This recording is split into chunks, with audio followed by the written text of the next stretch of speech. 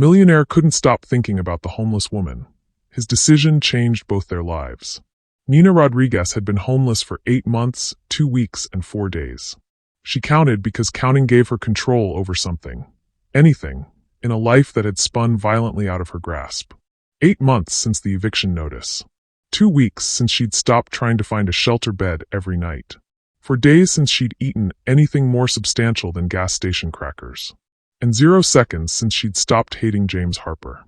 She knew his name, knew his face, had memorized both during the protests outside Harmony Heights, the apartment building where she'd lived for 6 years, where Mrs. Chin taught piano lessons and the Rodriguez family, no relation, ran a corner store and 200 families built lives in a neighborhood that wasn't fancy but was home. Welcome back, my lovelies. Get ready for a story that will leave you speechless and make you believe in the power of destiny. Stay with me until the very end because this story will restore your faith in humanity. Remember to hit that like button, subscribe to our channel, and comment your thoughts throughout the story. Your engagement helps us bring you more incredible narratives. James Harper's company, Meridian Development, bought the building. Bought the whole block. Promised affordable units in the new luxury complex. They'd lied. Now Nina sat outside Harper Tower every morning, not begging, never begging, just existing in the space that had once been hers before men in suits decided her neighborhood wasn't profitable enough to let survive. And this morning, James Harper finally looked at her. Really looked. Their eyes met through the glass doors and Nina saw him freeze. Saw something flicker across his face. Recognition? No, he didn't know her. But he saw her. Actually saw her instead of looking through her like every other person in expensive shoes. He pushed through the doors. Nina's heart rate spiked. After 8 months of rage fantasies, of imagining what she'd say if she ever got close enough to speak, her mind went blank. "Excuse me," he said. His voice was different than she'd imagined. Softer. Uncertain. "I see you here every morning." "And I," he stopped, looking genuinely uncomfortable. "I'm sorry. That sounds patronizing. I just wanted to ask if you needed anything. Food? Coffee?" Nina stared at him. This man whose signature was on the legal documents that destroyed her life. Standing here offering her coffee. "Why?" The word came out harsher than she intended. "Because," he paused. "Because I have more than I need and you're sitting on concrete in November. That seems like reason enough. Simple. Direct. Almost kind?" Nina's hands clenched around her backpack, everything she owned in one bag. This was the moment. She could spit in his face. Tell him who she was. Scream about Harmony Heights and Mrs. Chen's piano and the corner store and everything his greed had destroyed. Or she could get close. Close enough to learn things. Close enough to find evidence of the illegal shit she knew Meridian Development had pulled. The bribed inspectors, the fake affordable housing reports, the deliberate displacement. Close enough to destroy him properly. "Coffee would be good," she said quietly. "Black. Thank you." Surprise and something like relief crossed his face. "Wait here. 2 minutes." He disappeared into the building. Nina sat there, her heart pounding, wondering if revenge always felt this much like falling off a cliff. The coffee was expensive. Nina could tell by the weight of the cup, the quality of the lid that didn't leak. The kind of coffee she used to buy on Fridays when her teaching salary stretched far enough for small luxuries. James emerged with 2 cups, one for her, one for himself, and a paper bag that smelled like fresh pastries. "I wasn't sure if you'd eaten," he said, setting the bag beside her. "There's a breakfast sandwich and a croissant. Take what you want." Nina looked at him carefully. 30s, well-dressed but not flashy, tired eyes behind expensive glasses. He looked like someone who worked too much and slept too little. Good. Let him be exhausted. It would make him easier to manipulate. "Thank you," she said, taking the coffee. He hesitated, like he wanted to say more, but didn't know what. Finally, "I'm James." "Nina." "It's nice to meet you, Nina." He said it like he meant it. Like she was a person, not a problem to be solved or ignored. It made her hate him more. They sat in silence for a moment. Nina opened the bag, found the breakfast sandwich, egg, cheese, bacon on a fresh roll that probably cost more than she used to spend on lunch for a week. Her stomach growled audibly. "When did you last eat?" James asked. "I eat," Nina said defensively. "That wasn't my question." She took a bite of the sandwich instead of answering. It was perfect, warm, flavorful real food. She had to force herself not to inhale it.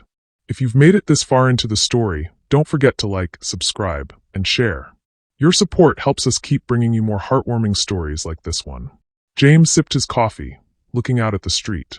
I come out here every morning at 7:30. Same time. Same routine. And you're always here. For weeks now. Months, Nina corrected without thinking. Months. Something in his voice shifted. This corner specifically? Because it's your building. Because I want you to see what you did. Because every morning I sit here is a reminder that people like you don't look at people like me. It's relatively safe, she said instead. Good foot traffic. Nobody bothers me much. Do people bother you other places? Sometimes. She met his eyes. Homelessness makes people uncomfortable. They either ignore you completely or treat you like you're dangerous. There's not much middle ground. James flinched slightly. Direct hit. For what it's worth, he said quietly, I'm sorry. For whatever circumstances brought you here. I know that sounds empty coming from someone who can't understand what you're going through. But I mean it. Nina studied his face. He looked sincere. Which meant either he was genuinely clueless about his role in creating homelessness, or he was a sociopath who'd perfected empathy as a performance. She'd researched him during library computer sessions. James Harper, 36, founder of Meridian Development. Net worth estimated at $40 million. Graduated from Emory, MBA from Wharton. Specialized in urban revitalization, which was code for buying poor neighborhoods and making them unaffordable. But his personal history was less clear. Working class background, apparently. Scholarship kid. Built his company from nothing, which made his willingness to displace working class families even more unconscionable. Can I ask you something? James said. You can ask. How did you end up here? I mean, he caught himself. Sorry. That's invasive. You don't owe me your story. No. I don't. Nina took another bite of sandwich, thinking. Give him something. Not the truth. But enough truth to make him feel connected. I was a teacher. 3rd grade. I loved it. But I got sick, appendicitis that went bad, emergency surgery, hospital bills even with insurance. Lost my apartment. Lost my job because I couldn't work while recovering. Lost everything pretty fast after that. It wasn't entirely a lie. The appendicitis had happened. But it was the eviction that destroyed her, not medical bills. The eviction that came with 2 weeks' notice and nowhere affordable to go. The eviction signed off by James Harper's company. Jesus, James said softly. I'm sorry. That shouldn't happen to anyone. Especially not someone who was educating children. Happens all the time. I'm not special. You're not special, James agreed. Which is exactly why it's unconscionable. It's a systemic failure that we let this happen to anyone. Nina looked at him sharply. We. Society. The system. People with resources who could change things but don't. He ran a hand through his hair, looking genuinely distressed. I don't know. I've been thinking about this a lot lately. How we build cities that push people out. How development benefits some at the expense of others. The irony was so thick Nina almost choked on it. Why have you been thinking about it? She asked carefully. Because I keep seeing you. And others like you. And I realized I've been walking past homeless people my entire adult life without actually seeing them. He met her eyes. That makes me complicit. Even if I'm not directly causing it, my indifference enables it. If only you knew, Nina thought bitterly, how directly you caused it. So what? She said. You buy me coffee and feel better about yourself? James laughed, a surprised, slightly embarrassed sound. You're not going to let me off easy, are you? Should I? No. You shouldn't. He stood, brushing off his pants. I have a meeting. But Nina, can I help you? Beyond coffee. I have resources. Connections. If you want help finding housing or getting back on your feet, I can make calls. This was it. The opening. Nina looked up at him, letting vulnerability show in her face. Why would you do that? Because I can. And because maybe doing something for one person is better than doing nothing for everyone. He pulled out his wallet, extracted a business card. My direct number is on here. If you want help, real help, not charity, call me. No strings attached. He set the card on the bench beside her and walked away. Nina stared at the card. James Harper, CEO, Meridian Development. The man who destroyed her life just gave her his direct line. She pocketed the card, finished her coffee, and allowed herself one small, bitter smile. Revenge, she thought, was going to be easier than she'd imagined. Nina waited 3 days before calling. Not because she was hesitating, She knew exactly what she was doing. But desperation called immediately. Strategy waited just long enough to seem reluctant. She used the library phone, hands shaking slightly as she dialed the number on his card. James Harper. His voice was distracted, probably multitasking. She could hear keyboard clicks in the background. It's Nina. From outside your building. The typing stopped. Nina. Hi. I wasn't sure you'd call. I almost didn't. What changed your mind? I'm tired, she said honestly. Tired of being cold. Tired of being invisible. Tired of pretending I don't need help because accepting it feels like admitting I failed. There was a pause. You didn't fail. The system failed you. If only you knew how literally true that is, she thought. Can we meet? James asked. Somewhere you'd feel comfortable. Public place. I have some ideas about how I might be able to help. They agreed on a coffee shop 3 blocks from his office. Neutral territory. Nina arrived early, claiming a corner table where she could watch the door. She'd cleaned up as much as possible, used the library bathroom to wash her face and hands, changed into the least worn clothes from her backpack. She still looked rough, but presentable enough not to get kicked out of establishments. James arrived exactly on time, carrying a leather portfolio that probably cost more than her last month's rent used to be. Thank you for coming, he said, sliding into the seat across from her. Thank you for buying. She gestured at the menu. I assume that's part of the deal? A slight smile. Order whatever you want. She ordered strategically, not the cheapest thing, but not the most expensive either. Enough to eat, not enough to seem greedy. Turkey sandwich, side salad, coffee. James ordered the same, probably to make her feel less self-conscious. After the server left, he opened his portfolio. I've been thinking about your situation. I made some calls. I have a friend who runs a non-profit focused on helping people transition out of homelessness. They have a program. I don't want charity, Nina interrupted. It's not charity. It's a job placement and housing program. They help people get work, provide temporary housing while you save for your own place, connect you with resources for things like healthcare and education if you want to go back to teaching. Why would they help me? Because I asked. And because you're exactly who they're designed to help. Someone who wants to work, who had a career, who just needs a bridge back to stability. Nina studied him. What's the catch? No catch. There's always a catch. Okay. The catch is it requires effort. You have to show up. Do the work. Follow through. But Nina, he leaned forward. I've seen your eyes. You're smart. You're capable. You're just stuck. Let me help you get unstuck. It was almost too easy. What if I don't want to go through a non-profit? She asked carefully. What if I'd rather? I don't know. Work directly for you. James blinked. For me? You said you have resources. Connections. You run a company. Don't you need, I don't know, administrative help? Someone to file things? Answer phones. She let vulnerability creep into her voice. I was a teacher. I'm organized. Responsible. I just need someone to take a chance on me. She watched his face carefully. Saw him thinking it through. Nina, I don't think that's a good idea. Why not? Because there's a power dynamic issue. You're in a vulnerable position. Employing you directly puts you in a position of depending on me. That's not healthy. I depend on strangers' generosity every day. At least if I worked for you, I'd earn what I got. It's different when it's structured employment. There are complications. You mean you don't trust me? She let hurt show in her face. I get it. Homeless woman wants to work in your office. Probably thinks I'd steal or... That's not what I meant. He looked genuinely distressed. I'm trying to do the right thing here. The ethical thing. And employing you when you have no other options creates an imbalanced relationship. What if I had other options? Nina challenged. What if I took your nonprofit referral, got housing, got stable, then applied for a job? Would you consider me then? That's different. That's you applying on equal footing. So help me get to equal footing. Then I'll apply properly. Fair. James studied her for a long moment. Why do you want to work for me specifically? Because I want to destroy you from the inside. Because you're the first person in 8 months who looked at me like I was human, Nina said instead. The first person who asked my name. Who offered help without making me feel like garbage for needing it. That matters to me. I'd like to work for someone who sees people. It was manipulative. She knew it. But it was also partly true, which made it worse. James sighed. Okay, here's what we'll do. I'll connect you with the nonprofit. You go through their program. Get housing, get stable. Then, if you still want to work at Meridian, I'll personally review your application. And I'll be honest with you. If you're qualified, I'll hire you.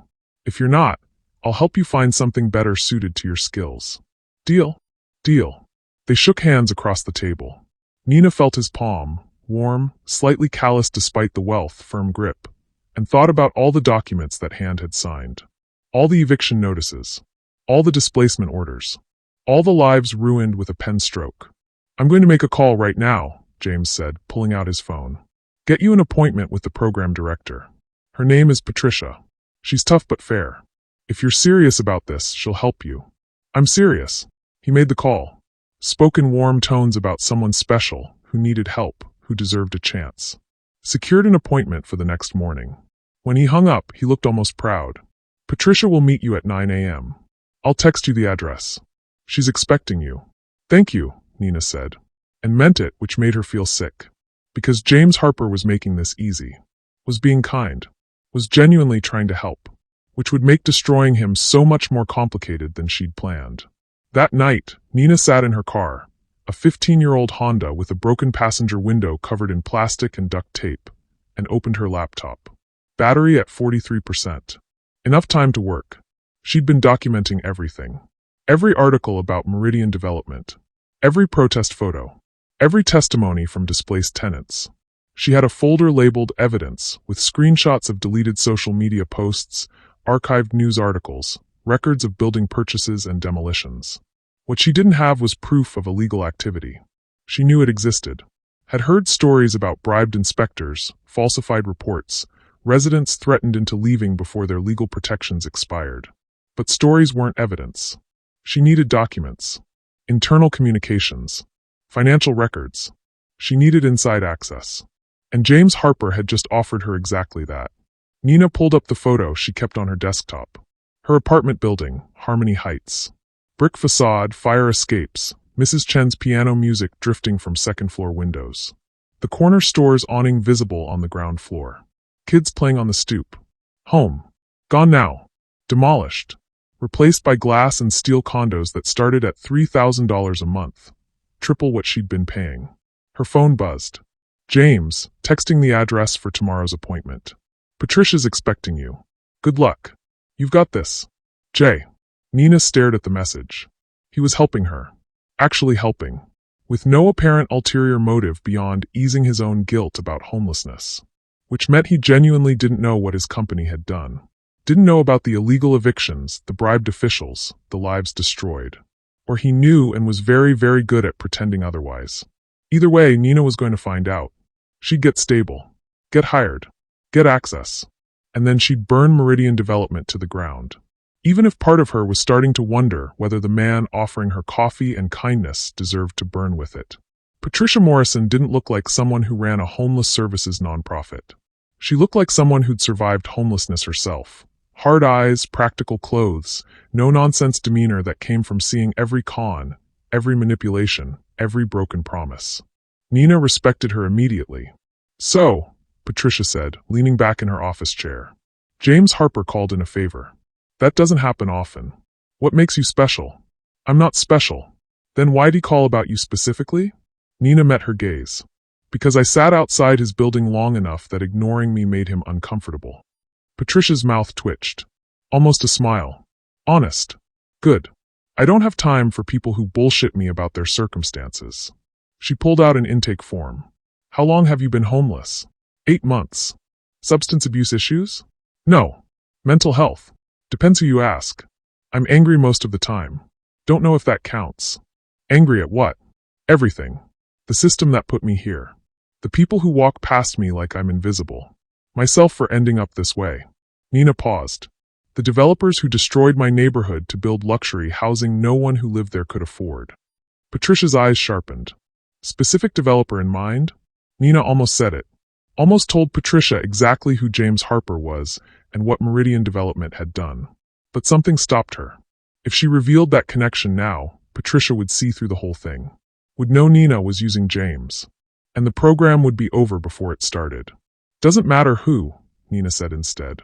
They're all the same. Patricia studied her for a long moment. You were a teacher. Yes. 3rd grade. How'd you? I called your former principal. Reference check. She said you were excellent. Students loved you. Parents requested you specifically. Then you disappeared mid-semester after a medical emergency.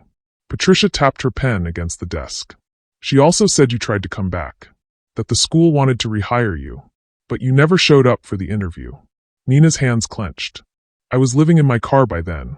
Didn't have clean clothes for an interview. Didn't have an address to put on the paperwork. Didn't, her voice broke. I was ashamed. Shame is expensive, Patricia said flatly. Costs people their lives sometimes. You're not allowed to indulge in shame here. Understood. Understood. Good. Here's how this works. Patricia slid a packet across the desk. We provide transitional housing, shared apartment, 3 other women, your own room. You pay nominal rent, $200 a month, which we hold in escrow and give back to you when you leave as seed money for your own place. You work with our job counselor to find employment. You attend weekly group meetings. You follow house rules. No substances, no overnight guests, curfew at 10 p.m. for the first month. You do this for minimum 3 months, maximum 12. Questions? What if I already have job prospects? Through who? James Harper offered to review my application at Meridian Development once I'm stable. Patricia's expression darkened. He what? He said if I complete this program, he'd personally review my... No. What? Absolutely not. You're not working for James Harper. Why not? Because I've seen this before. Rich guy feels guilty, offers homeless person a job, creates a dependent relationship where the person can't say no to anything because they're terrified of losing the only stability they have. It's a power dynamic nightmare. He didn't offer me a job. He offered to review my application fairly. Same thing. He's creating an expectation, a relationship, a sense of obligation. Patricia leaned forward. Nina, I like James. He funds this program generously. He genuinely cares. But that doesn't mean I'm going to let him complicate your recovery by inserting himself into your employment situation. So I'm not allowed to work there? I'm saying if you work there, it's not happening through this program. You find employment elsewhere.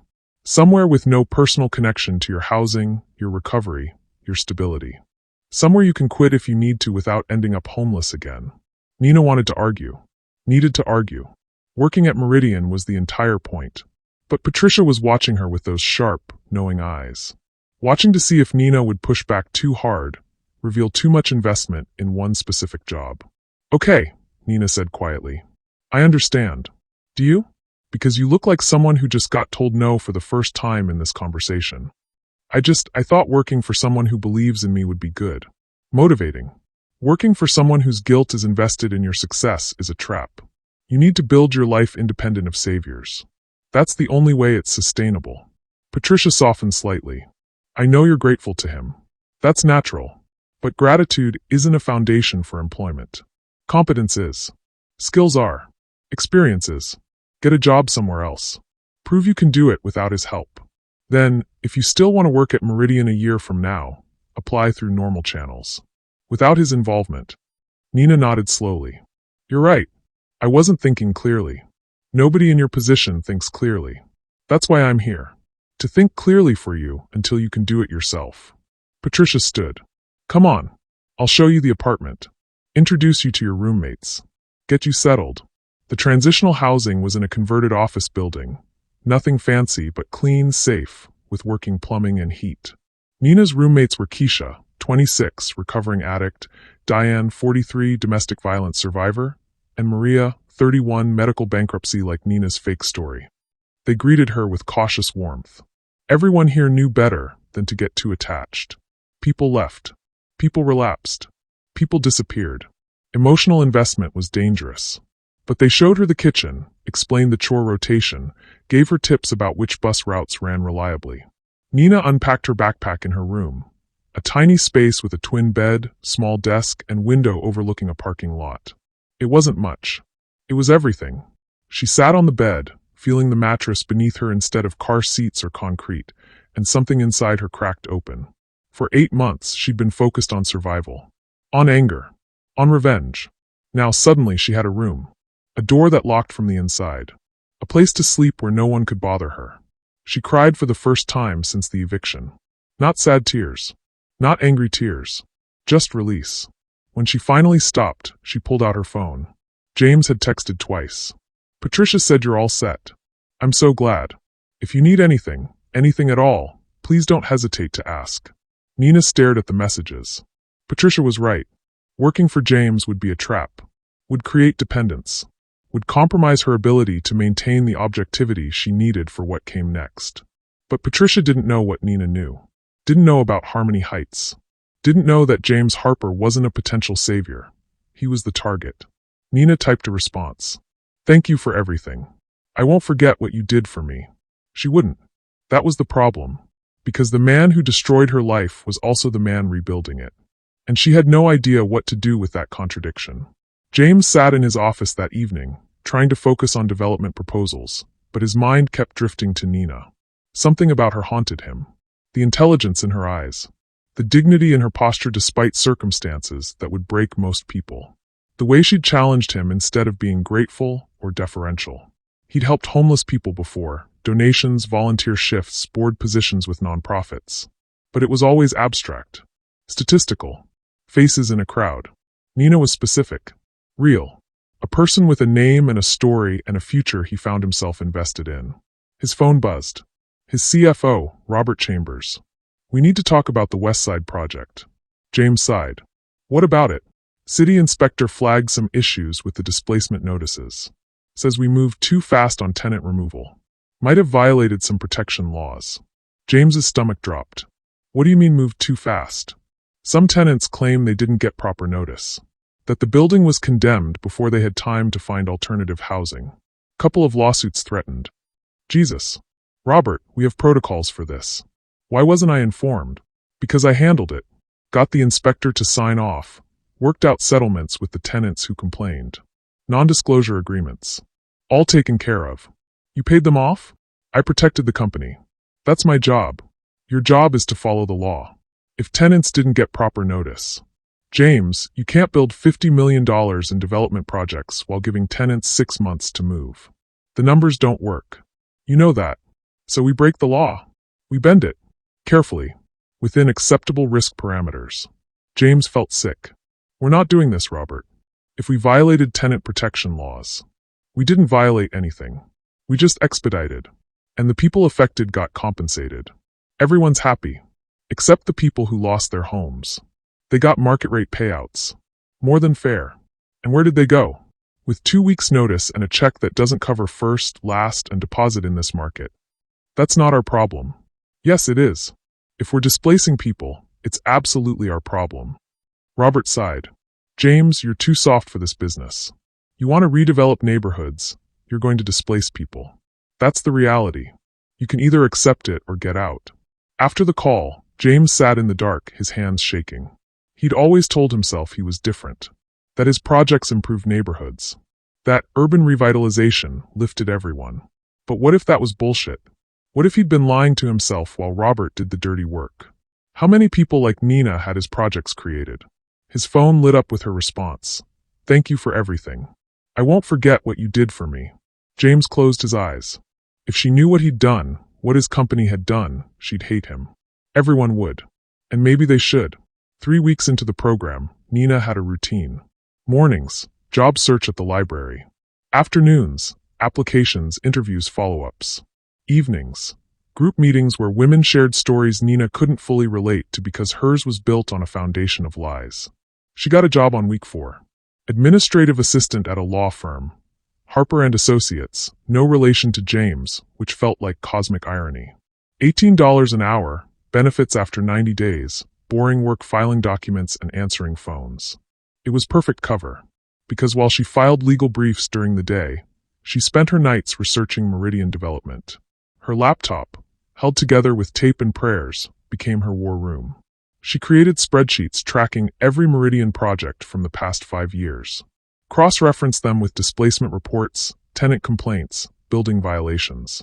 The pattern was clear. Meridian bought buildings in gentrifying neighborhoods, found or created reasons to condemn them, displaced tenants with minimal notice, demolished, rebuilt luxury. Harmony Heights wasn't an anomaly. It was the model. But she still didn't have proof of illegal activity. Just suspicious patterns and tenant testimonies that wouldn't hold up without documentation. She needed inside access. Which meant she needed to get hired at Meridian despite Patricia's warnings. 6 weeks into her stability, Nina texted James.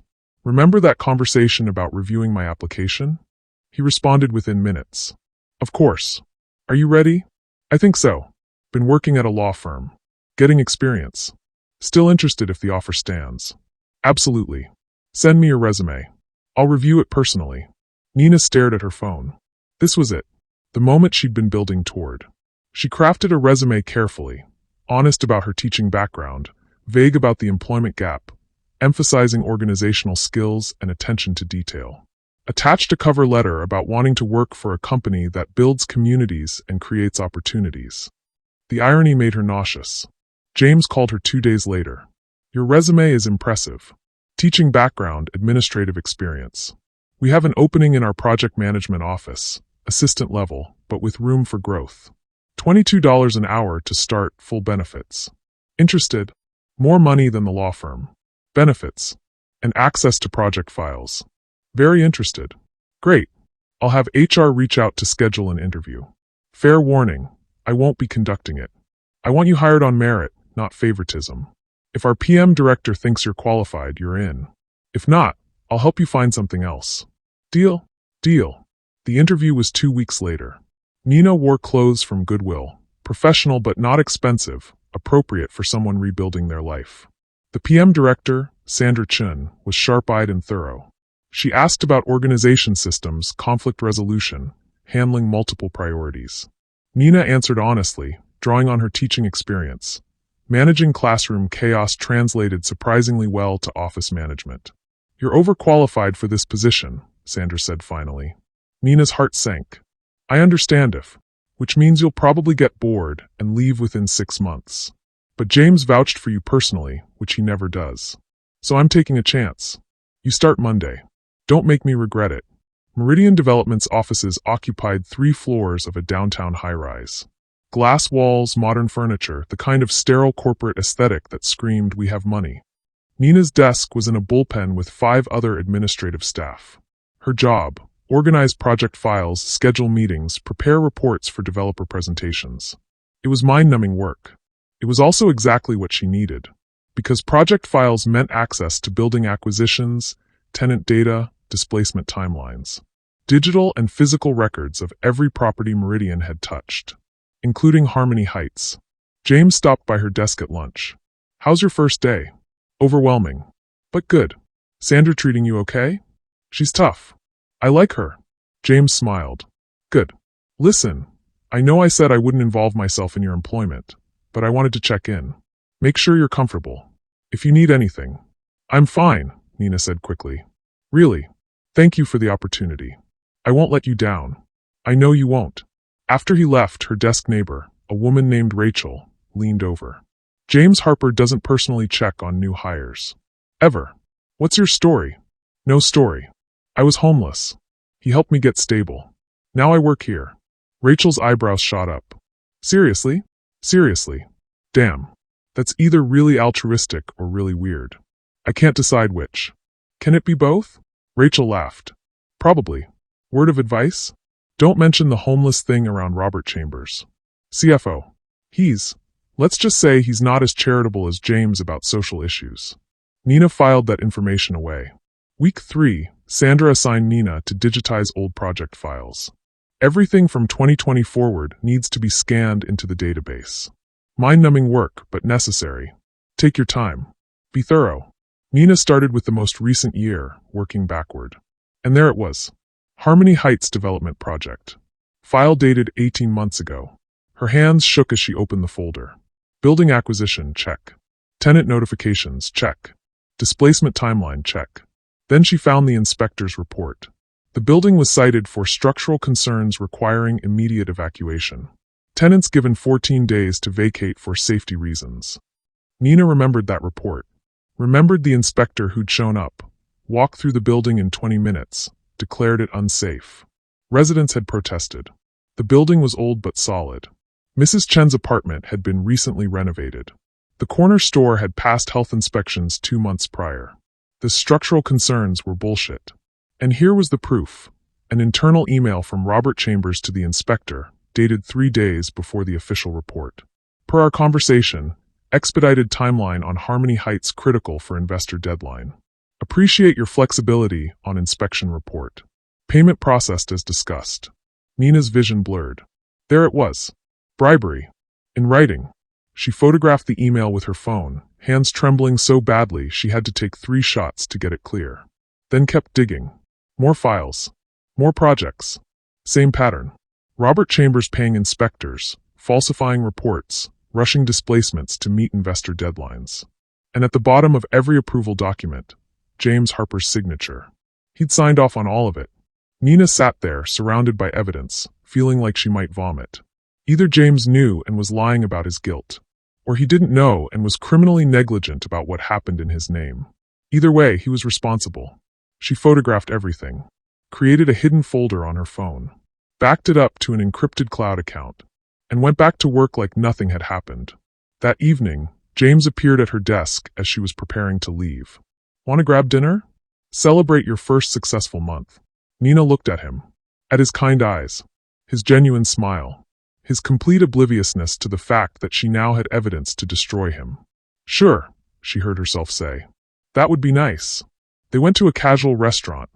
Not expensive, not cheap, the kind of place you took friends rather than impressing clients. You've been doing great work, James said over appetizers. Sandra says you're the most organized assistant she's had in years. She's a good teacher. How are things at the apartment? With your roommates? Good. Keisha's 6 months sober. Diane got a job at a bakery. Maria's saving to bring her kids from her sister's place. And you? How are you? Nina looked at him carefully. I'm angry. At what?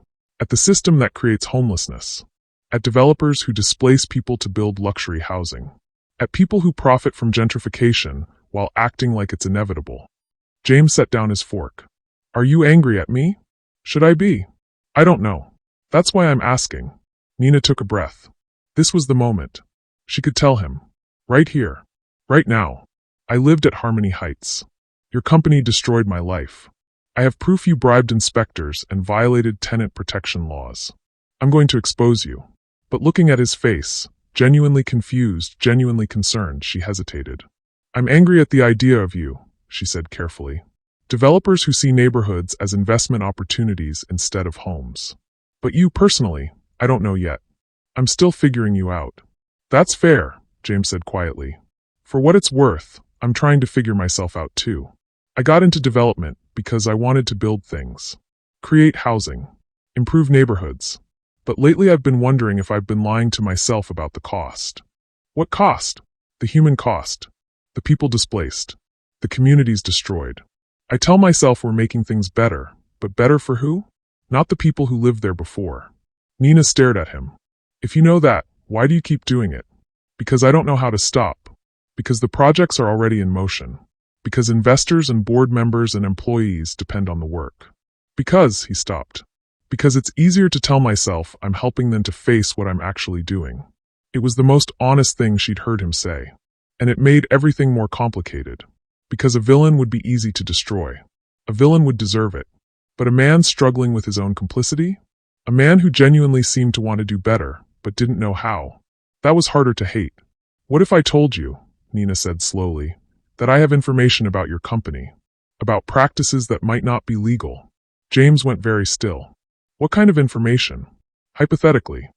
Nina, would you want to know? Even if it implicated you? Even if it meant facing legal consequences? He looked at her for a long moment. Yes, I would want to know. Because if my company is doing illegal things in my name, I need to fix it. Even if it costs me everything. Nina wanted to believe him. God, she wanted to believe him. I'll think about that, she said finally. They finished dinner in heavy silence. And Nina went home knowing she'd just made everything infinitely more complicated than a simple revenge plan. Nina didn't sleep that night. She lay in her narrow bed, staring at the ceiling, her phone beside her containing enough evidence to destroy James Harper's company, and possibly his freedom. The emails were clear. Robert Chambers had systematically bribed city inspectors, falsified safety reports, and rushed tenant displacements across multiple properties. All to meet investor deadlines. All to maximize profit. And James had signed every final approval document. The question wasn't whether she had evidence. The question was what she'd do with it. Original plan. Leak everything to the press. Watch Meridian Development collapse. Watch James face legal consequences. Watch the man who destroyed her life lose everything the way she had. Clean. Simple. Just. Except now she'd sat across from him at dinner and heard him say, "If my company is doing illegal things in my name, I need to fix it. Even if it costs me everything." What if he meant it? What if he genuinely didn't know? Nina pulled out her phone, opened the photos of the damning emails. Read them again in the darkness. Robert Chambers to Inspector Willis. Per our conversation, expedited timeline on Harmony Heights critical for investor deadline. Appreciate your flexibility on inspection report. Payment processed as discussed. Inspector Willis to Robert Chambers. Report filed as agreed. Building condemned for structural concerns. 14-day eviction notice sufficient per emergency protocols. Robert Chambers to James Harper. Harmony Heights cleared for demolition. Timeline accelerated as needed. All permits approved. James Harper's response approved. Proceed. 2 words. That's all it took to destroy 200 lives. But did James know what proceed meant? Did he know Robert was bribing inspectors? Or did he trust his CFO to handle the details while he focused on the bigger picture? Nina wanted him to be guilty. Wanted him to have known. Because that would make this simple. But nothing about this was simple anymore. Nina arrived at work early, before most of the office. She needed to think. To decide. She was making coffee in the break room when Robert Chambers walked in. She'd avoided him for the month she'd been here. Kept her head down. Stayed invisible. But today he looked at her. Really looked. And something in his expression made her skin crawl. "You're the new girl. Nina, right?" "Yes, sir." "James's charity project." The words were casual. The tone was not. "I'm an administrative assistant. I was hired for my qualifications." "Right. Your qualifications." He poured coffee, added cream, stirred slowly. "Word of advice? Don't get too comfortable here. James has a savior complex. Likes helping people. But his attention span for individual cases is limited. Once the novelty wears off, you'll be just another employee. Or less. I'm not expecting special treatment." "Good. Because you won't get it. This is a business, not a charity." He moved toward the door, then paused. "And Nina? Stay out of files that aren't your business. Curiosity isn't rewarded here." He left. Nina's hands shook as she poured her coffee. He knew. Somehow Robert knew she'd been in the old files. Which meant she was running out of time. That afternoon, James called her to his office. Nina's heart raced as she rode the elevator to the executive floor. Was this it? Had Robert told him? Was she fired? Arrested? But when she entered, James looked more confused than angry. "Close the door," he said. She did. "Robert came to me this morning. Said you've been accessing project files outside your assignment scope. Files from before you worked here." Nina's mouth went dry. "I was digitizing archives. Sandra assigned." "I know what Sandra assigned. But Robert says you were photographing documents. Is that true?" "Liar truth." "Liar truth." "Yes," Nina said. James leaned back in his chair. "Why?" "Because I wanted to understand the company I work for." "Because she stopped. This was it. The moment. Tell him. Or don't. Choose now." "Because I lived at Harmony Heights," Nina said quietly. The color drained from James's face. "What? Harmony Heights?" "The building your company bought and demolished 18 months ago. I lived there. Apartment 2B. For 6 years.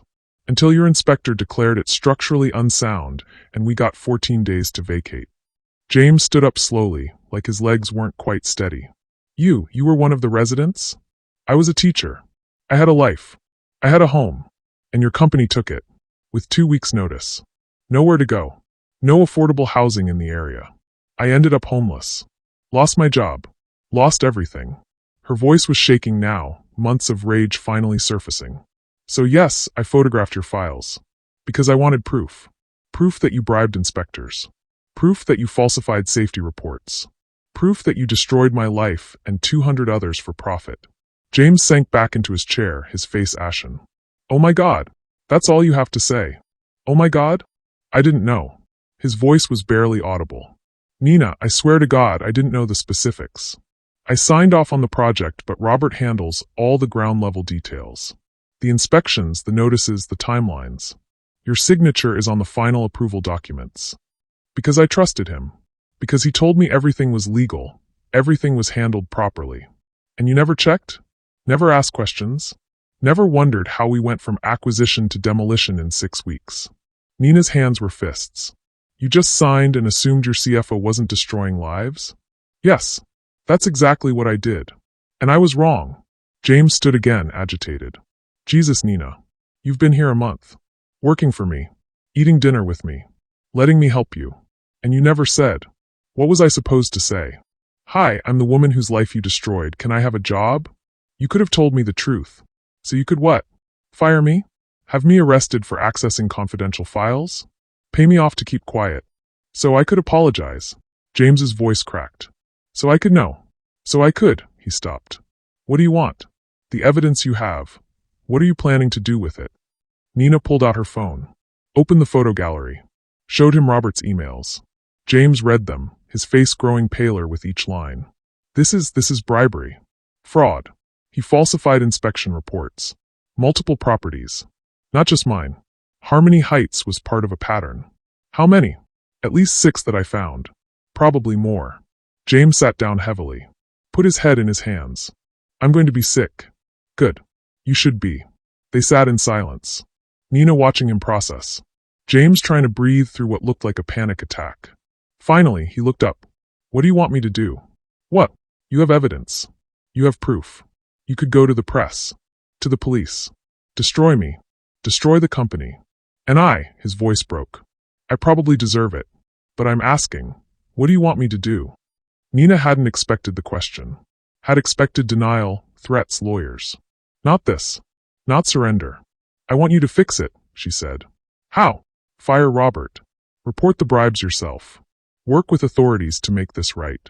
Find the people who were displaced and compensate them properly. Use your money and your platform to change the system instead of exploiting it. That could destroy the company. The lawsuits alone. Then let it be destroyed. You said if illegal things were happening in your name, you'd want to know. Even if it cost everything. Did you mean that? James looked at her with red-rimmed eyes. Yes. Then prove it. He nodded slowly. Okay. But Nina, I need you to understand something. I didn't know. About the bribes, about the illegal displacements. I was negligent. Willfully blind. But I didn't know the specifics. Does that make it better? You still signed the documents. You still profited. No. It doesn't make it better. But it's the truth. And if we're doing this, if we're actually fixing this, we need to start with truth. Nina studied his face. Saw genuine horror there. Genuine remorse. But was it enough? I'm keeping the evidence, she said. If you don't follow through, I go public. Understand? Understood. And James? I don't forgive you. Not yet. Maybe not ever. You destroyed my life. Helping me rebuild it doesn't erase that. I know. But I'm willing to let you try to make it right. That's all I'm offering. James nodded. That's more than I deserve. James called an emergency board meeting for 8 a.m. the next morning. Nina wasn't invited. She was administrative staff, not executive level. But she watched through the glass conference room walls as James stood at the head of the table, Robert Chambers sitting across from him, and presented evidence of systematic bribery and fraud. She couldn't hear the words, but she could see Robert's face go from confused to defensive to furious in the span of 5 minutes. She could see the other board members' shock. She could see James steady and resolved, not backing down. The meeting lasted 3 hours. When it ended, security escorted Robert Chambers from the building. He didn't look at anyone. Didn't fight. Just walked out with a box of personal belongings, his 20-year career at Meridian over. James found Nina at her desk an hour later. It's done. Robert's fired. I've contacted the district attorney's office. We're cooperating fully with their investigation. He looked exhausted. The board is considering my resignation. Are you going to resign? I don't know. Part of me thinks I should. But if I do, someone else takes over. Someone who might bury this. If I stay, I can at least try to fix it from the inside. Or protect yourself. Maybe both. He sat on the edge of her desk. Nina, I need to ask you something. And I need you to be honest. Okay. Did you plan this? From the beginning? Getting close to me, accepting my help, getting hired here, was it all to gather evidence? Nina met his eyes. Yes. He nodded slowly. I thought so. The timing was too perfect. The way you showed up outside my building every day. You knew who I was. I knew what your company did to my building. I didn't know if you personally knew about the illegal activities. But I was going to find out. And if you were guilty, I was going to destroy you. And now that you know I didn't personally bribe inspectors. Now I know you were negligent, willfully ignorant. You trusted the wrong person and didn't ask enough questions. That's still your responsibility. You're right. James stood. For what it's worth, I'm glad you did this. Glad you exposed it. If you hadn't, I'd still be signing documents without understanding the human cost. Don't thank me for ruining your life. I'm not thanking you for ruining it. I'm thanking you for forcing me to see the truth. He paused. The DA wants to interview you. As a witness. Are you willing? Yes. It'll be public. Your name, your story. The media will want interviews. It could get overwhelming. I've been homeless for 8 months. I can handle overwhelming. Assistant District Attorney Marcus Williams was young, sharp, and clearly excited about a high-profile corporate fraud case. Ms. Rodriguez, let's start with your residence at Harmony Heights. When did you move in? 6 years before the eviction. 2018. And what was the condition of the building during your tenancy? Good.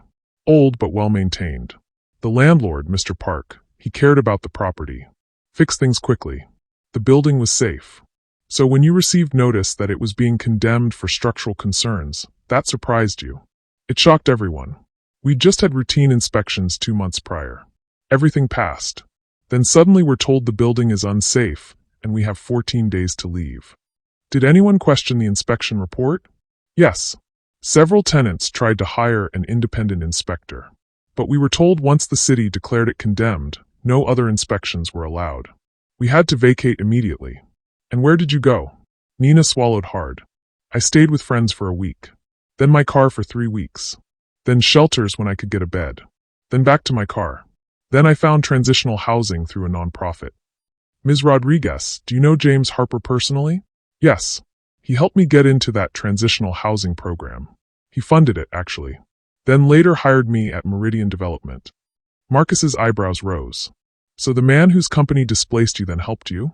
He didn't know. About me specifically. He saw a homeless woman and felt guilty. Wanted to help. He had no idea I was one of the people his company had displaced. When did he learn the truth? When I told him. After I'd gathered evidence of the illegal activities. Did he threaten you? Try to silence you? No. He asked what I wanted him to do. And when I said fix it, he agreed. Marcus leaned back. That's unusual.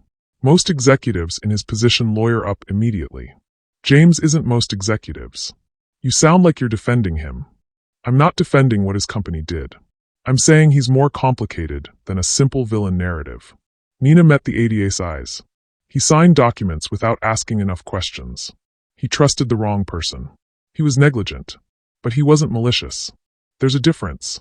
Tell that to the 200 families who lost their homes. I am one of those families. I know exactly what was lost. But I also know that destroying James doesn't give us our homes back. Holding him accountable does. Making him fix the system does. The story broke 3 days later. Meridian Development exec arrested in bribery scheme. Tech company CFO faces fraud charges after whistleblower exposes corruption. Former homeless woman brings down real estate empire from the inside. Nina's face was everywhere. Her story dissected by journalists who'd never spent a night on the street, but had plenty of opinions about homelessness. Some called her a hero. Others called her a con artist who'd manipulated a guilty man. Cable news debated whether James was complicit or a victim of his own CFO's crimes. Her phone rang constantly. Interview requests from every major outlet. Book deal offers. Speaking engagement invitations. She ignored most of them. But she agreed to one interview. Local news, because they'd covered the Harmony Heights protests when it happened. The reporter, Angela Torres, had kind eyes. You could have gone straight to the police with this evidence. Why didn't you? Because I wanted to give James a chance to do the right thing himself. To prove whether his guilt was real or just performance. And he cooperated fully. Fired his CFO. Reported the crimes himself. He could have fought this, buried it in legal motions for years. He chose transparency. Some people say you're too easy on him. That he should lose everything the way you did. Some people want revenge, not justice. I wanted accountability. Nina paused. James Harper signed documents he shouldn't have without reading them carefully. He trusted someone who was corrupt. He profited from a system that hurts people. Those are facts. But he also tried to make it right when confronted with the truth. That's also a fact. Both things can be true. What happens now? For you. I keep working. Keep rebuilding. Keep fighting to make sure what happened to me doesn't happen to others. And James Harper? That's up to the courts. And him. 6 weeks after Robert's arrest, Meridian Development announced a settlement fund. $15 million for displaced tenants across all properties where illegal activities occurred. Average payout, $75,000 per household. It wasn't enough to undo the damage. But it was something. James personally contacted every former Harmony Heights resident he could locate. Apologized. Offered restitution. Most took the money. Some told him to go to hell. A few, like Mrs. Chun, accepted the apology with grace Nina couldn't muster. James also restructured Meridian's practices. New oversight. Independent audits. Tenant advocates involved in every project. Longer displacement timelines. Funding for relocation assistance. It was too late for Nina's building. But it might prevent future Harmony Heights. That had to count for something. 2 months after everything exploded, James called Nina into his office. I'm stepping down as CEO, he said. Staying on as chairman, but day-to-day operations go to someone else. Someone who hasn't signed off on illegal displacements. That's probably smart. The board wants you fired. Nina's stomach dropped. What? They say you're a liability. That keeping you employed after you exposed company secrets sets a bad precedent. That we can't trust you. So I'm fired. No. I told them you're the only person here I do trust. That you're staying as long as you want to stay. He paused. But I need to know, do you want to stay? Working for a company that hurt you? For a man who signed the documents that destroyed your life? Nina had been asking herself the same question for weeks. I don't know, she said honestly. Part of me wants to walk away. Start fresh somewhere without this history. But another part wants to stay. To make sure the changes you're implementing actually stick. To be the voice in the room reminding people that development has human costs. Then stay. Not as administrative staff. As a tenant advocate. New position I'm creating. You'd review every project proposal. Flag potential displacement issues. Recommend alternatives.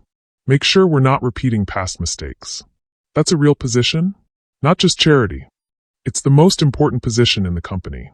If we're serious about changing, we need someone who won't let us slip back into old patterns. Someone who understands what's at stake. Someone who isn't afraid to call me out. I called you out by exposing your CFO's crimes. Exactly. You're hired. Nina laughed despite herself. You're ridiculous. I'm trying. That's all I've got. They sat in silence for a moment. James? Nina said quietly. I still haven't forgiven you. I know. I might never forgive you. That's fair. But I'm willing to work with you. To help make sure this doesn't happen to anyone else. That has to be enough for now. It's more than enough. 3 months into her new role as tenant advocate, Nina realized something unsettling. She was good at this job. Really good. Her first project review was a proposed development in West End, a historically black neighborhood facing the same gentrification pressures that had destroyed Harmony Heights. Meridian wanted to buy a block of older apartments, demolish them, build mixed-use luxury condos with affordable units that would rent for twice what current residents paid. Nina's report was blunt. This project as proposed will displace 150 families, most of whom cannot afford relocation. The affordable units are only affordable to people making 80% of area median income, which excludes most current residents.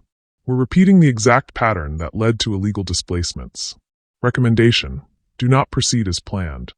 The development team was furious. We can't make the numbers work with more affordable units. The project dies. Then let it die, Nina said in the meeting. We don't get to profit from displacement anymore. That's the whole point of this position. James, sitting at the head of the table, nodded. Nina's right. Redesign the project or we walk away. The team redesigned. Fewer luxury units. More affordable housing. Lower profit margin. But ethical. It was the first time Nina felt like maybe, change was actually possible. Her second month, Nina got an email from an unexpected source. From Robert Chambers, legal@gmail.com. Subject: I owe you an explanation. Ms. Rodriguez, I'm writing for my lawyer's advice against this. But I need you to know something. I did what I did, the bribes, the falsified reports, the rushed evictions, because James Harper is a dreamer who doesn't understand how real estate development actually works. You can't build profitable projects while giving tenants 6 months' notice and paying for their relocation. The math doesn't work. The investors won't accept it. So I did what needed to be done. I protected the company. Protected James from his own naive idealism. Was it illegal? Yes. Do I regret it? No. Because without what I did, Meridian Development wouldn't exist. James would still be a small-time developer with good intentions and no portfolio. You've convinced him to go soft. To prioritize ethics over profit. Watch what happens. Within 2 years, Meridian will be struggling. Investors will pull out. The company will shrink. And James will realize I was right all along. I hope your conscience is worth destroying his life's work. Robert. Nina stared at the email for a long time, then forwarded it to James with one line. Thought you should see this. James appeared at her desk 20 minutes later. My office. Please. She followed him, expecting anger. Instead, she found him pacing, the email pulled up on his computer screen. He's not entirely wrong, James said. What? Robert. About the math. About investor expectations. About the fact that ethical development is less profitable. He stopped pacing. I've been going through our financials. The redesigned West End project will make 30% less profit than originally projected. The new tenant advocate reviews?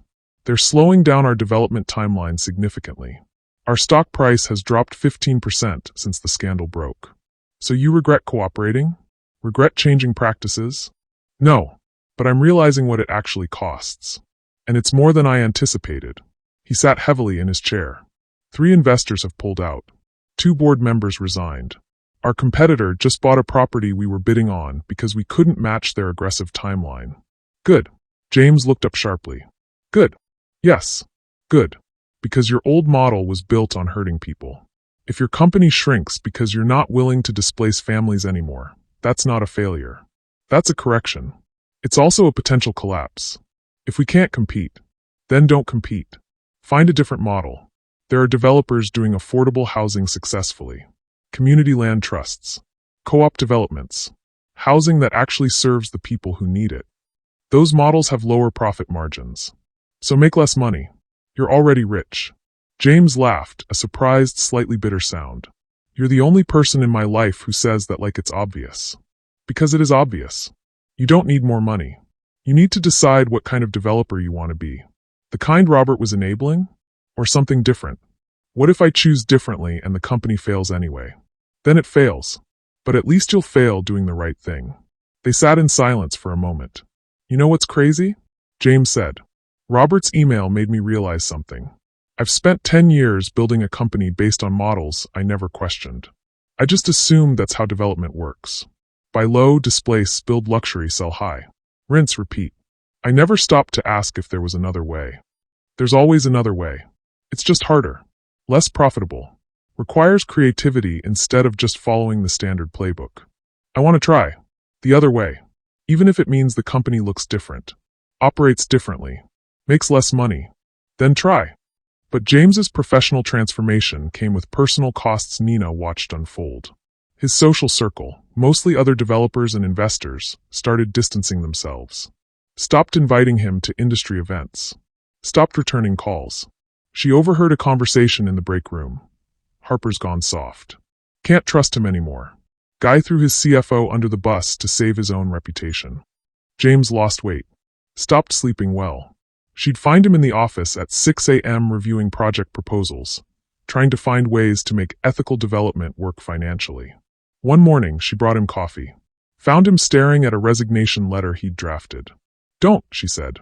He looked up, startled. Don't what? Don't quit. I know it's hard. I know people are turning on you. But if you leave, someone worse takes over. Someone like Robert. And we're back where we started. Maybe someone worse would be more successful. Success at what cost?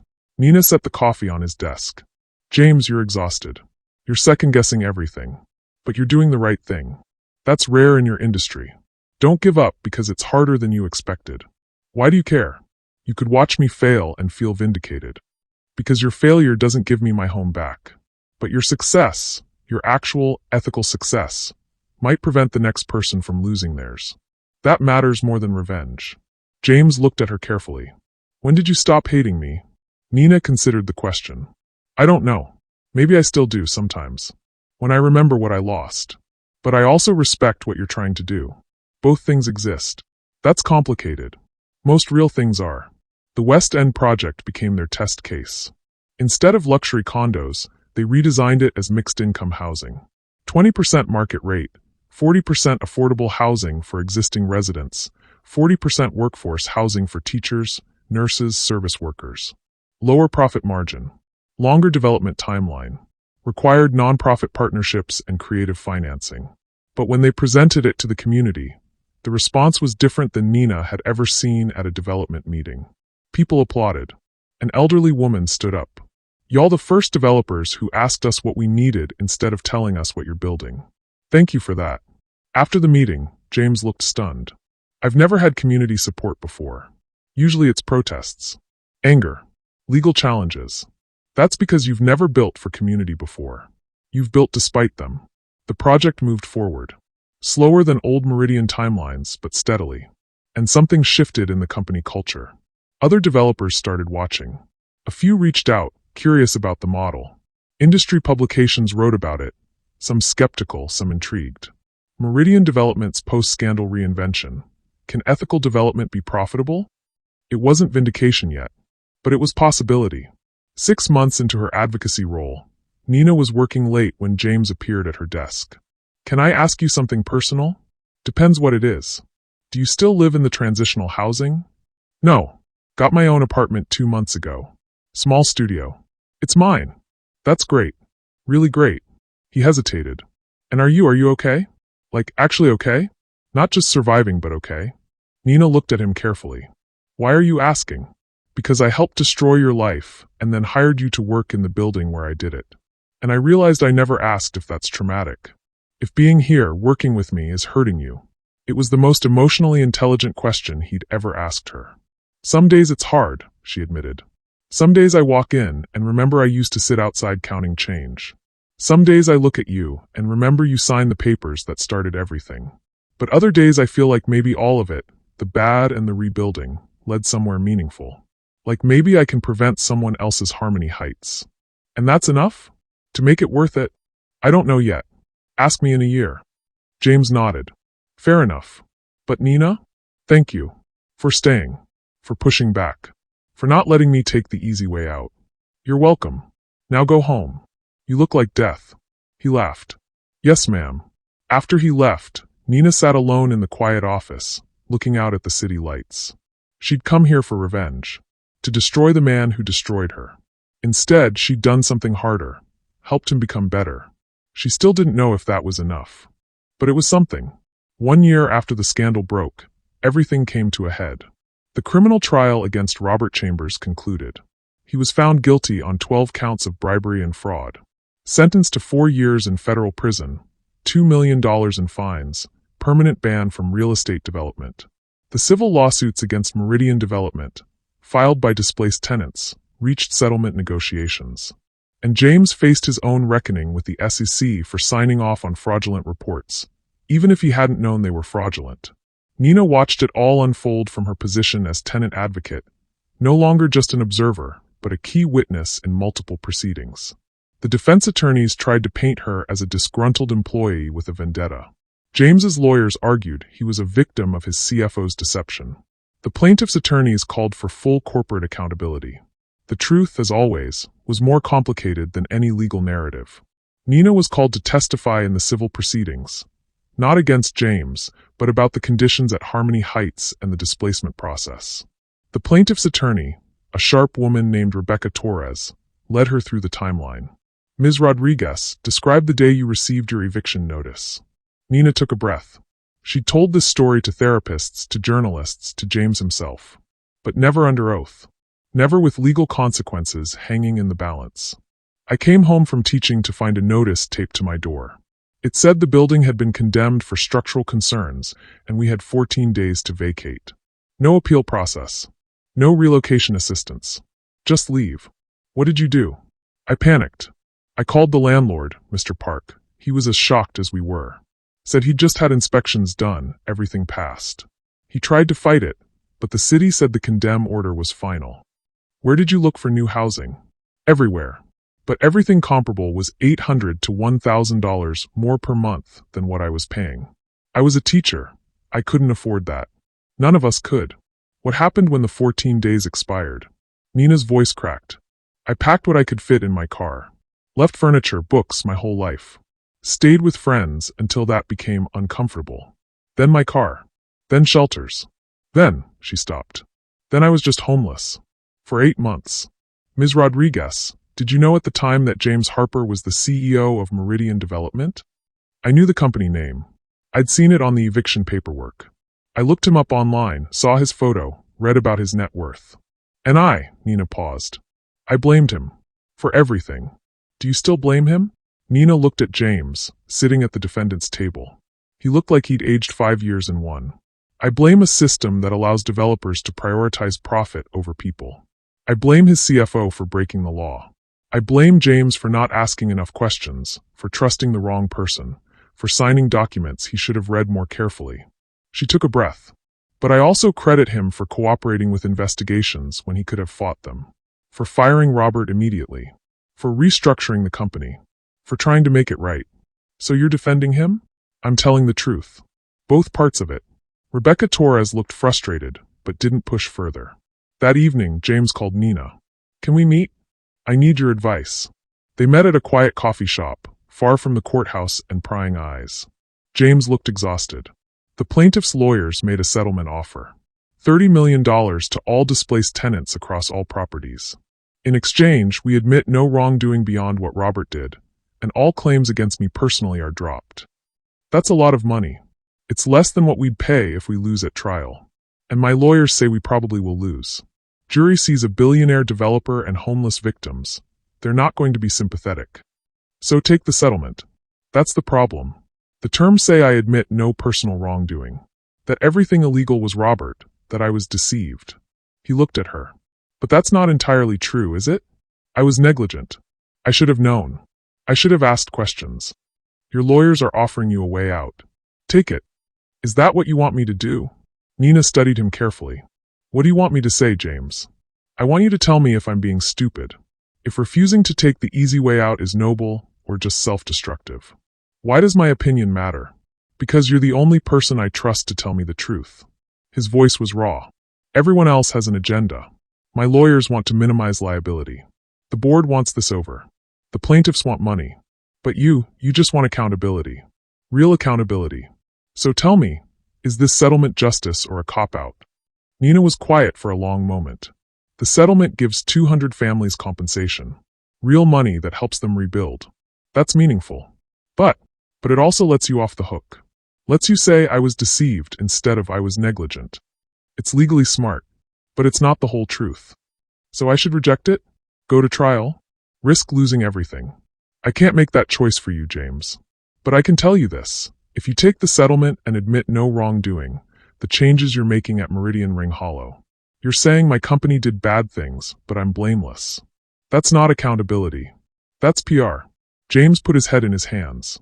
My lawyers are going to kill me. What are you going to do? I'm going to reject the settlement. Admit negligence.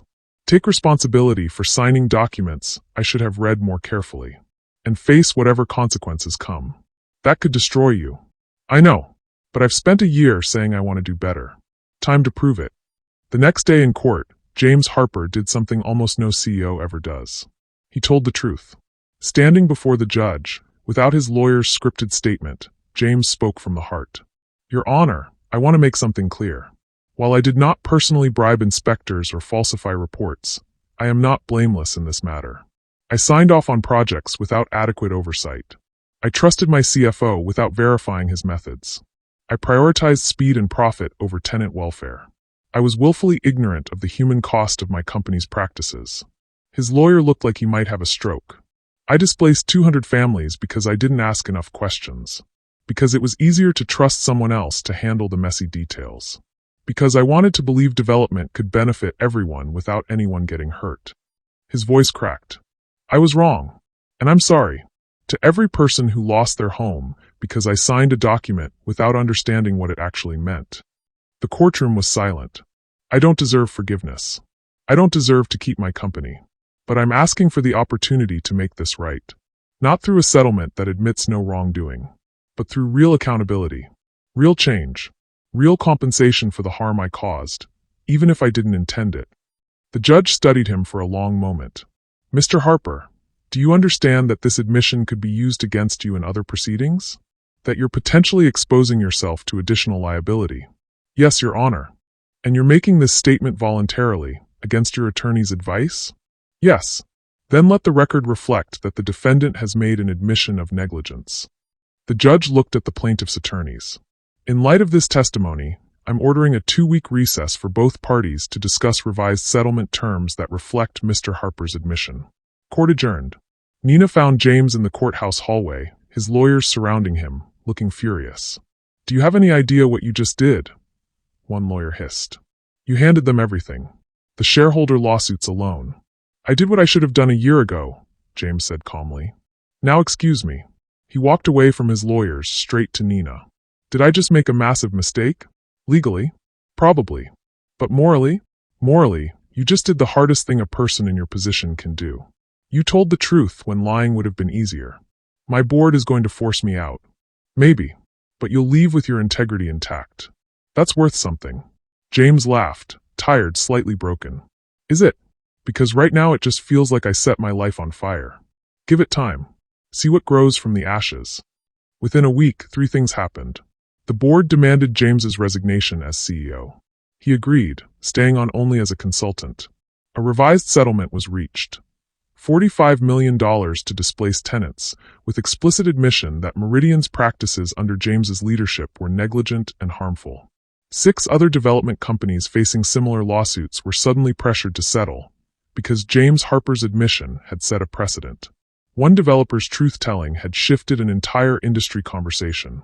James called Nina after it was all finalized. I don't know if I did the right thing. You did the honest thing. Sometimes that's all you can do. I'm leaving Meridian. Fully. New CEO takes over next month. What will you do? I don't know. Figure out who I am without the company, I guess. Maybe that's overdue. Maybe it is. There was a long pause. Then James said quietly, Thank you, Nina. For making me see what I couldn't see on my own. For not letting me take the easy way out. For giving me a chance to be better than I was. You're welcome. Can I ask you something? Now that this is over, do you forgive me? Nina thought about it. Really thought about it. I don't know yet, she said honestly. Ask me in another year. 2 years after the settlement. Nina stood outside what used to be Harmony Heights, staring at the empty lot. The luxury condos Meridian had planned were never built. After the scandal, the property sat in legal limbo for 18 months before the city seized it through eminent domain. Now a new sign stood on the fence. Future site of Harmony Heights Community Land Trust, affordable housing preserved in perpetuity. Community-owned. Nonprofit managed. Permanently affordable. It wasn't the original building. Those bricks, that history, Mrs. Chen's piano music, all of that was gone. But it was something. A different kind of home for a different generation of families who needed it. Nina heard footsteps behind her. Thought I might find you here, James said. She turned. He looked different, older, yes, but also lighter somehow. Less burdened. He wore jeans and a plain jacket, no expensive suit. What are you doing here? She asked. Same thing you are. Remembering. And seeing what comes next. They stood side by side, looking at the empty lot. I heard you're on the board of the land trust, James said. Advisory board.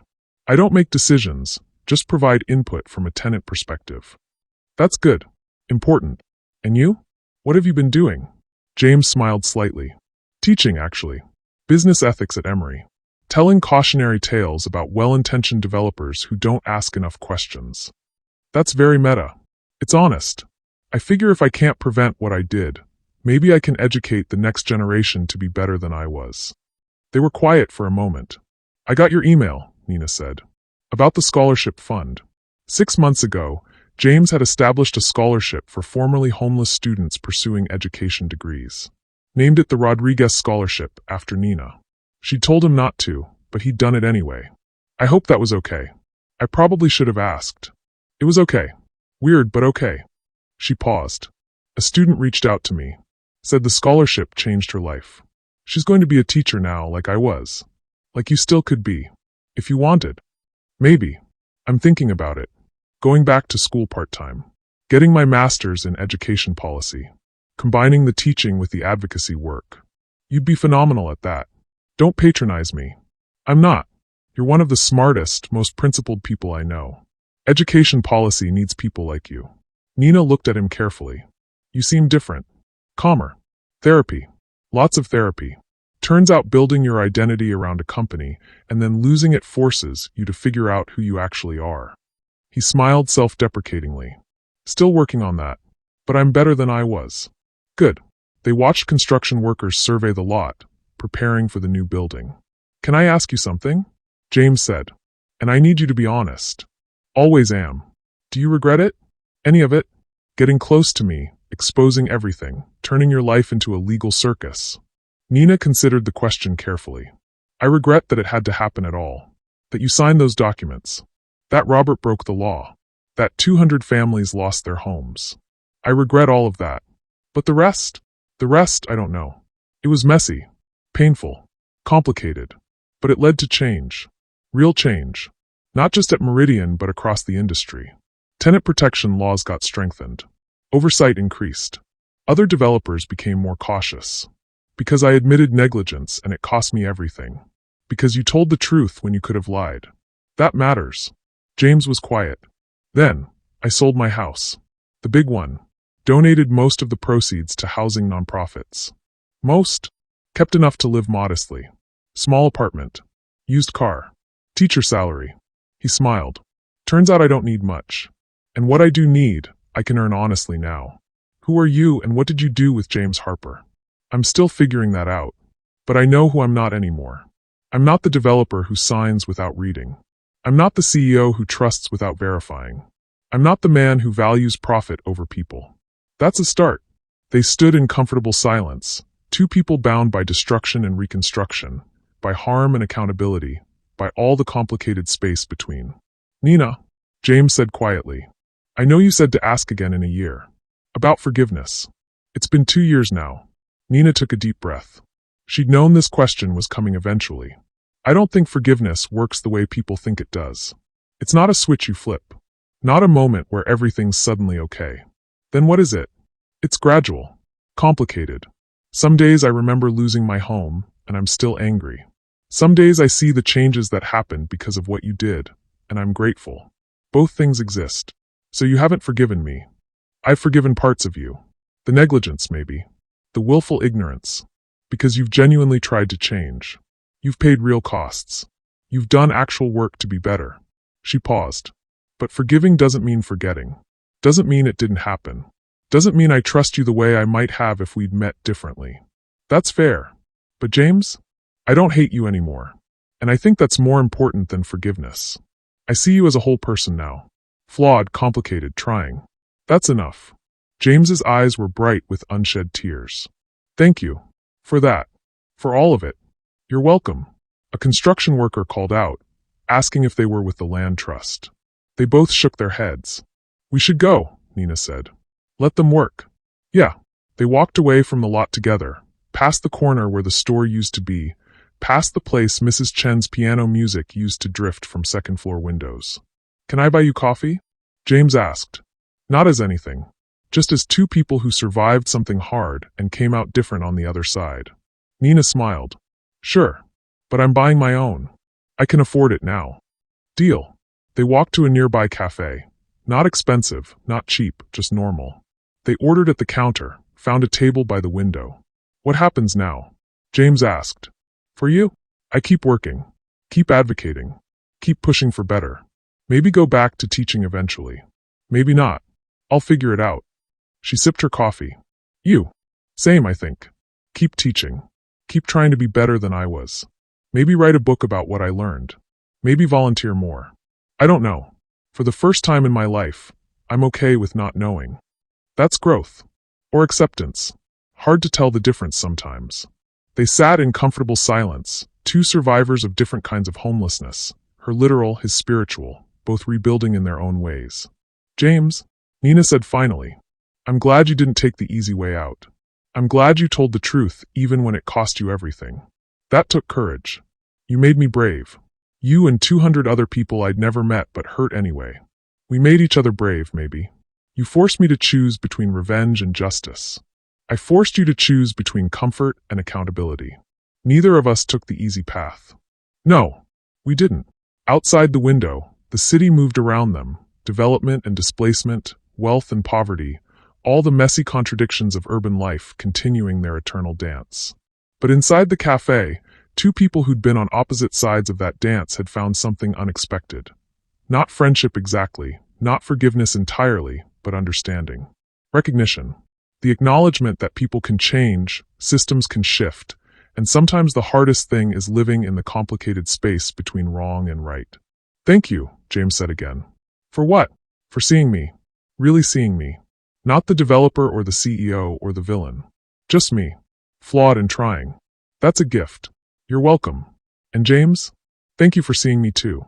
Not as the homeless woman or the victim or the whistleblower, but as Nina, who survived, who fought back, who chose justice over revenge even when revenge would have been easier.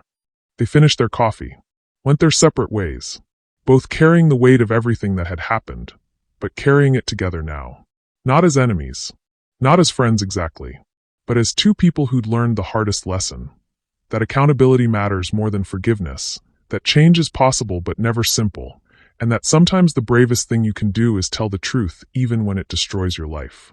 Because what grows from those ashes is real, honest, worth the cost of burning everything down. Thank you for watching this story to the end. If you enjoyed this story, you will surely love the next one.